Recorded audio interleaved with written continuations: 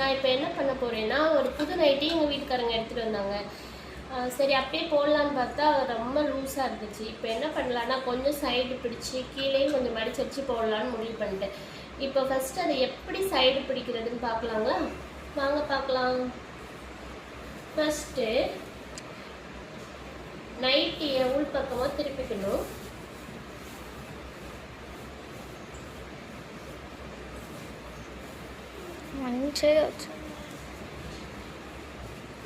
First உள் பக்கமாக திருப்பிட்டு கையிலேருந்து பிடிக்க ஆரம்பிக்கலாம்.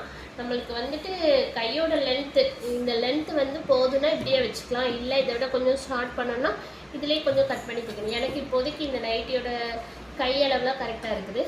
கொஞ்சம் அந்த சுற்றளவு தான் கொஞ்சம் கூட இருக்குது. ஸோ கொஞ்சமாக பிடிச்சடிக்கலான்ட்டு முடிவு பண்ணிவிட்டேன். இப்போ மேலேருந்து கீழே வரைக்கும் ஒரே தையலாக அடிக்க போகிறேன். வாங்க எப்படி அடிக்கலான்னு பார்க்கலாங்களா? ஃபஸ்ட்டு ஆல்ரெடி அவங்க ஒரு தையல் போட்டிருக்காங்க. அது பக்கத்துலேயே ஒரு இன்ச் போல் நான் வந்து பிடிக்க போகிறேன். ஃபஸ்ட்டே இன்னும் மிஷின் கொஞ்சம் கட் பண்ணிக்கிட்டு தான் இருக்குது. கொஞ்சம் நூல் வந்து கட் ஆகிட்டுருக்கு. சரி ஓகே, இப்போ படிக்கலாங்களா?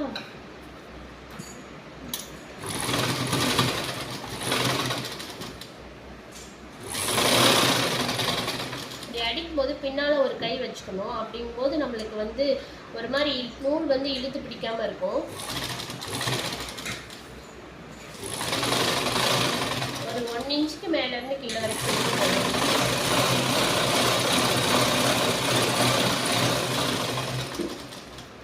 கொஞ்சம் நம்ம கீழே வர வர கொஞ்சம் கரெக்டாக எடுத்து விட்டுக்கணும். இல்லை வந்து துணிலாம் மடங்கி இருக்கும், அப்புறம் அது பர்ஃபெக்டாக வராது. கொஞ்சம் நல்லா எடுத்து விட்டுட்டு கையால் நல்லா எடுத்து விட்டுட்டு நம்ம பண்ணோன்னாக்கா நல்லா இருக்கும்.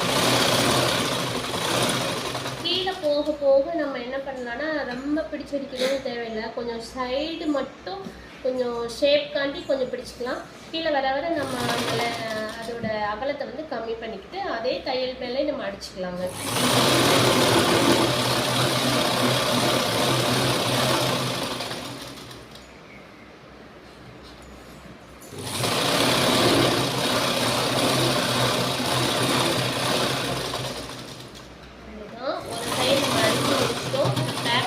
போட்டு இதை வந்து இந்த சைடை வந்து க்ளோஸ் பண்ணிக்கலாம்.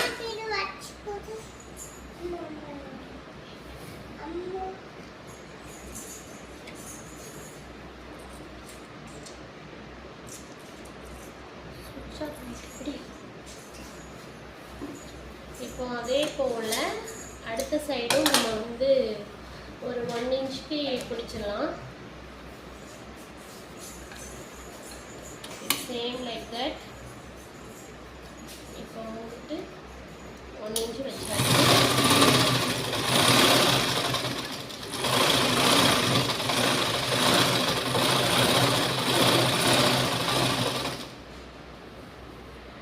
இங்கே வந்து பாக்கெட் கொடுத்துருக்காங்க. அதனால கொஞ்சம் அந்த இதுக்கு மேலே மட்டும் நம்ம பிடிச்சிருக்கோம்.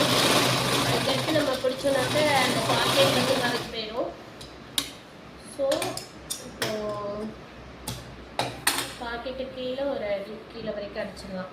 ஏன்னா நம்ம அடுத்தடுத்து நம்ம யூஸ் பண்ணும்போது அந்த தையல் வந்து விடாமல் இருக்கும் எப்போவுமே.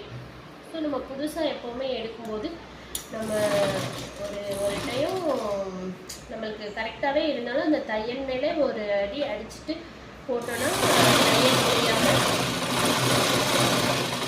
அந்த துணி வந்து பழசாகிற வரைக்குமே அப்படியே இருக்கும். ஸோ அதை கொஞ்சம் பார்த்துக்கோங்க.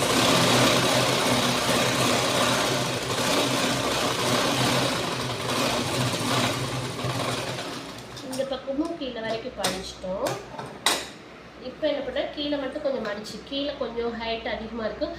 இதை ஒரு 1 இன்ச்சு நான் வந்து மடித்து அடிக்க போகிறேன். இப்போது அதுக்கு என்ன பண்ணணும்னா, இப்போ இந்த ராங் சைடு இருக்குது. இது கரெக்டான சைடுக்கு வந்து ஃபஸ்ட்டு திருப்பிக்கணும்.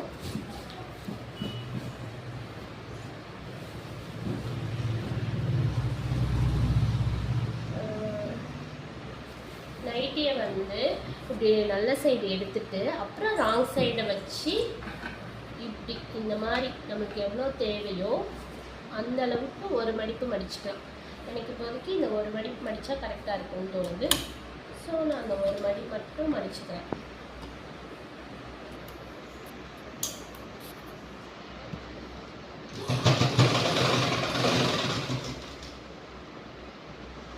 ஒரே ஈவனாக மடிச்சுட்டே வரணுங்க. ஒரு சைடு வந்துட்டு அகலமாக, ஒரு சைடு கம்மியாக நம்ம அடித்தோம்னாக்க அது வந்து பார்க்குறதுக்கு வந்து நல்லா இருக்காது, ஒரே ஈவனாக இருக்காது.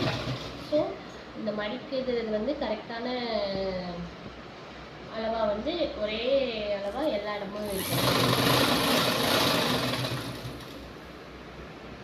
இது பாருங்கள், இந்த கையை வந்து இந்த பின்னால் ஒரு கை நம்ம பிடிச்சிக்கிட்டோன்னா அந்த நூல் வந்து ஒரு மாதிரி சுருக்கு விழாமல் வரும்.